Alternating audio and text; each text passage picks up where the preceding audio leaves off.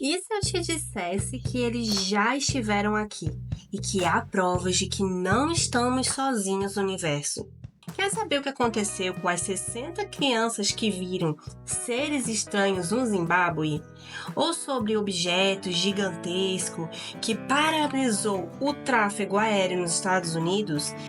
Então fique aqui, porque este vídeo vai mexer com a sua mente. Então pegue a pipoca e venha com Curiosity! Ok, imagina isso. Você tá no recreio da escola, brincando com seus amigos, quando, de repente, um OVNI pousa no campo ao lado. Não é a sua imaginação nem uma pegadinha do professor de ciências. Foi exatamente isso que aconteceu na escola Ariel, lá no Zimbábue, em 1994. E sim, a história é de arrepiar, ou de deixar qualquer um de boca aberta. Cerca de 60 crianças estavam no recreio curtindo a vida, quando elas notaram um objeto prateado descendo do céu.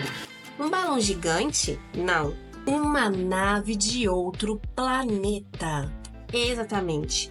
Segundo os relatos, era um OVNI em forma de disco que pousou pertinho delas.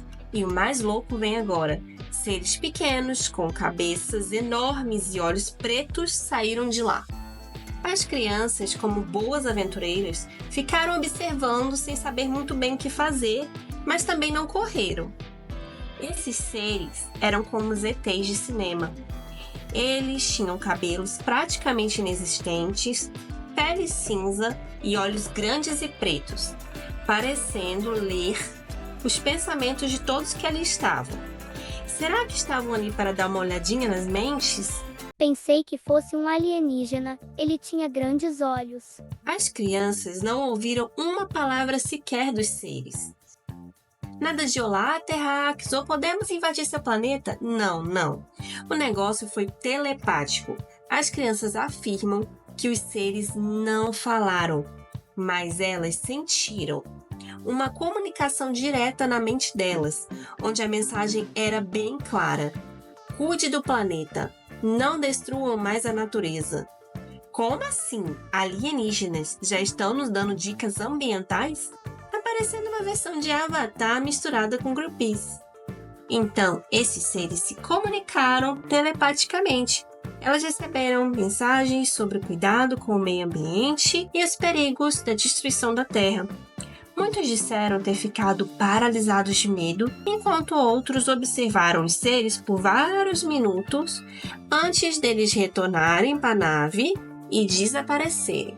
As crianças afirmam que é como se elas sentissem os pensamentos dos seres que alertavam sobre a destruição ambiental causada pela humanidade. Aí vem a parte mais insana da história. Depois de tudo isso, o que as crianças fizeram? É claro, começaram a desenhar tudo o que viram. Quando você vê o desenho delas, pode até ficar surpreso. Sabe por quê?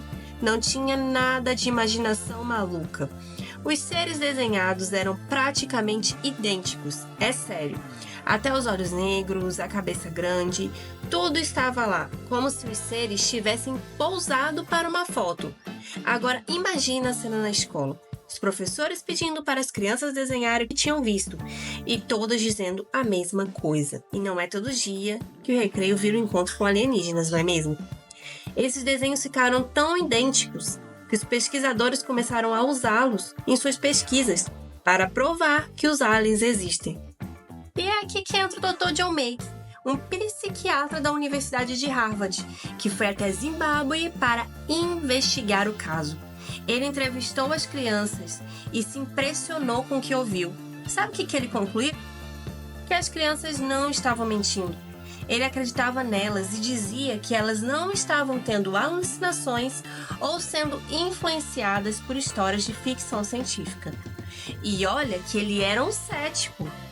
Imagina o trabalho de um psiquiatra sério indo ouvir lá as histórias das crianças e de repente falando: elas estão dizendo a verdade. Se até os adultos começaram a acreditar, imagina nós, né, gente? Após dias de entrevista com as crianças, ele concluiu que não havia indícios de alucinação coletiva ou de manipulação externa. Segundo ele, as crianças não apenas descreveram os eventos com uma emoção genuína, mas também mostraram compreensão profunda da mensagem ambiental transmitida pelos seres. Agora, claro que sempre tem aquele pessoal que não acredita e vai dizer: ah, mas as crianças viram isso porque estavam assistindo muito filme de ET. Mas a verdade é que muitas dessas crianças moravam em áreas rurais e nem mesmo tinham acesso à televisão. Então, se você acha que a culpa foi do filme ET, sinto te contar. Mas o problema não está no canal de TV. Esses relatos não se encaixam nas explicações de sempre. Ceticismo e contrapontos. Então, como eu já disse, muitos acreditaram que as crianças estavam sendo influenciadas por filme, porque na época filmes como ET e Arquivo Extraterrestre estavam muito populares, mas eles moravam na zona rural e não tinham acesso à TV. Sugestibilidade infantil. Outras críticas apontam que as crianças podem ser altamente sugestionáveis e professores poderiam ter, mesmo sem intenção, influenciado relatos. Contudo, pesquisadores observaram que as descrições foram consistentes mesmo antes de qualquer interação entre crianças e adultos. Legado do caso Ariel. Então, gente, passou muito tempo e essas crianças cresceram. E muitos dos envolvidos no caso, agora adultos, continuam a confirmar os relatos. Eles descrevem o impacto profundo dos eventos em sua vida, incluindo um senso maior de responsabilidade ambiental e espiritual. Em documentários e entrevistas recentes, alguns expressaram que ainda se sentem intrigados com a experiência e mantêm certeza do que vivenciaram. E esse caso foi explorado em documentários como The Phenomenon, de 2020, que tem na Netflix, que inclui depoimentos de adultos que eram crianças na época. Se você quiser saber mais sobre esse caso, vai lá verificar o documentário que você vai gostar muito. Agora vamos para outro caso. Luzes misteriosas em Fukushima, no Japão, em 2011. Em março de 2011, o Japão viveu um dos momentos mais assustadores de sua história, um terremoto de magnitude 9.0, seguido por uma tsunami devastadora, que atingiu a usina nuclear de Fukushima. Mas, enquanto todos estavam olhando para a tragédia, algo inesperado e misterioso chamou a atenção. Luzes estranhas surgindo no céu. O que seriam essas luzes? Fenômenos naturais? Reflexo das explosões nucleares? Ou quem sabe, algo mais misterioso? Essas luzes começaram a ser vistas exatamente no momento do terremoto e continuaram por dias. Testemunhas descreveram pontos brilhantes, padrões estranhos e movimentos inexplicáveis. O mais curioso, muitos desses avistamentos ocorreram perto da usina nuclear, onde as explosões químicas devastaram a região. Vamos explorar as teorias para entender o que poderia estar acontecendo no céu de Fukushima. A primeira explicação é até bem científica: o fenômeno das luzes de terremoto. Quando placas tectônicas se movem, elas criam um campo elétrico que pode ionizar o ar. Basicamente, é como um choque estático gigantesco. Isso cria flashes ou até globos de luz. E considerando a força desse terremoto de 9.0, não é nada absurdo imaginar que tenha gerado essas luzes. Interessante, né? Outra teoria sugere que essas luzes poderiam ter sido reflexos das explosões químicas ou emissões elétricas da usina nuclear. Com os reatores em colapso e uma região em caos total, é plausível pensar que toda essa energia liberada tenha gerado fenômenos visuais no céu. Mas será que isso explica tudo? Ainda tem mais para desvendar. E agora a teoria mais ousada e talvez a mais divertida: OVNIs. Alguns acreditam que essas luzes eram naves extraterrestres observando o desastre. E tem um detalhe curioso: relatos de luzes misteriosas também aconteceram em Chernobyl e em outros acidentes nucleares. Coincidência? Ou será que eles estão mesmo de olho na gente? Agora vamos trazer a coisa de volta para o chão, literalmente.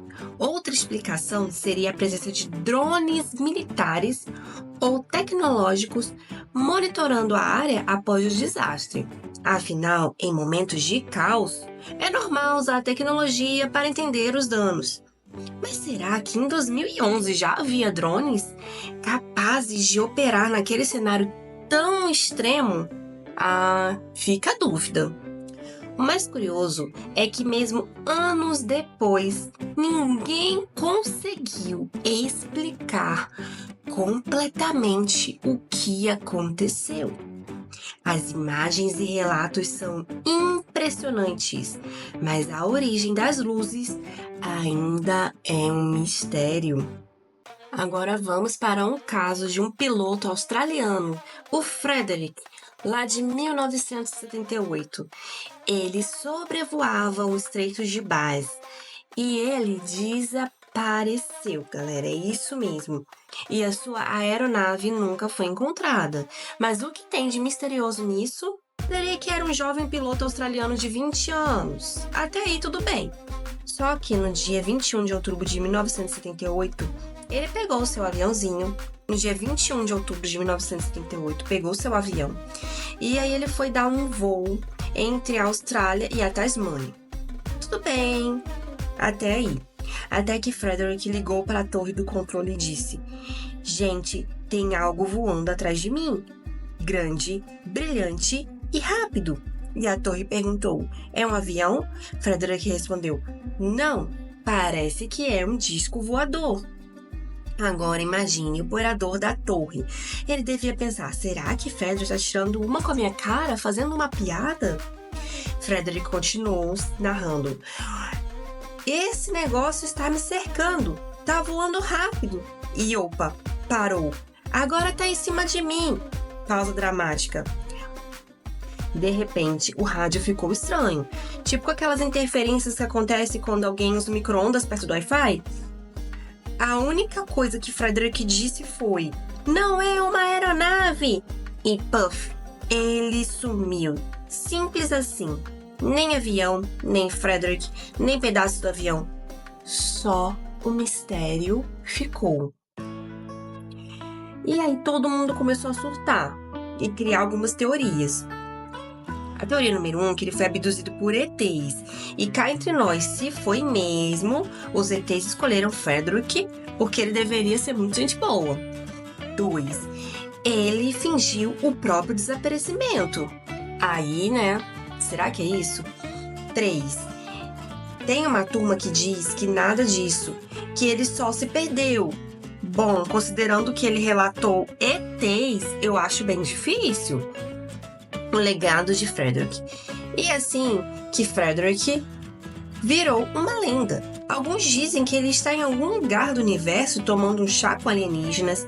Outros acham que ele ainda está jogando esconde-esconde com a gente. Mas uma coisa é certa: ninguém nunca esqueceu essa história do piloto que achou que ia para Tasmânia, mas acabou, sei lá, indo para Marte. E aí, o que você acha que aconteceu com o Frederick, hein? Você acredita em ETs ou acha que ele só deu uma escapadinha para não pagar as contas? Conta aí nos comentários. E um dia, se você estiver voando e ver algo estranho no céu, lembra do nosso querido Frederick. Mas, por favor, não siga o exemplo dele, tá bom? Gente, se vocês quiserem mais casos como esse, tem muitos, inclusive casos brasileiros. Bota aí no comentário hashtag eu quero e se inscreva no nosso canal para receber várias curiosidades do Curiosity. Até o próximo vídeo!